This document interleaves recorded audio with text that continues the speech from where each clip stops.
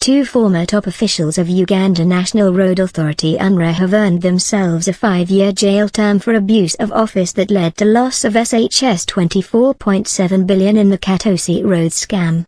Jose Mugima, the former Director of Finance and Administration, and Wilberforce Senjako, the former Unra regional accountant. Anti-corruption court judge, Lawrence Chidudu sentenced the duo on Thursday afternoon. He also handed Semugima another 5 years negligence of duty. Justice Chidudu also sentenced businessman Apollo Senkito alias Mark Kalizabilat to 10 years in prison for theft of public funds. Senkito was the country representative of UTOR, the fictitious firm that awarded the contract to upgrade the Mukona-Katosi-Nyenga road to bitumen in 2014. He was sentenced to 3 years for 6 counts of uttering false documents and 5 years for obtaining documents by false pretense.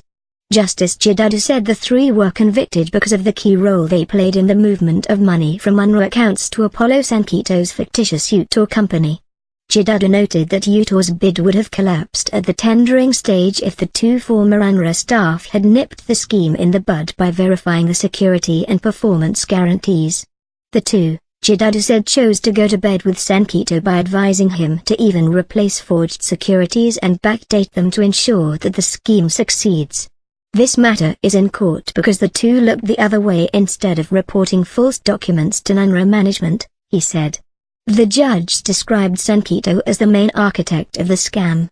Senkito had requested for a non-custodial sentence for, among other things, being a theology student at Africa Bible Institute in preparation to become a pastor. If this was a play, I would say Senkito is the protagonist.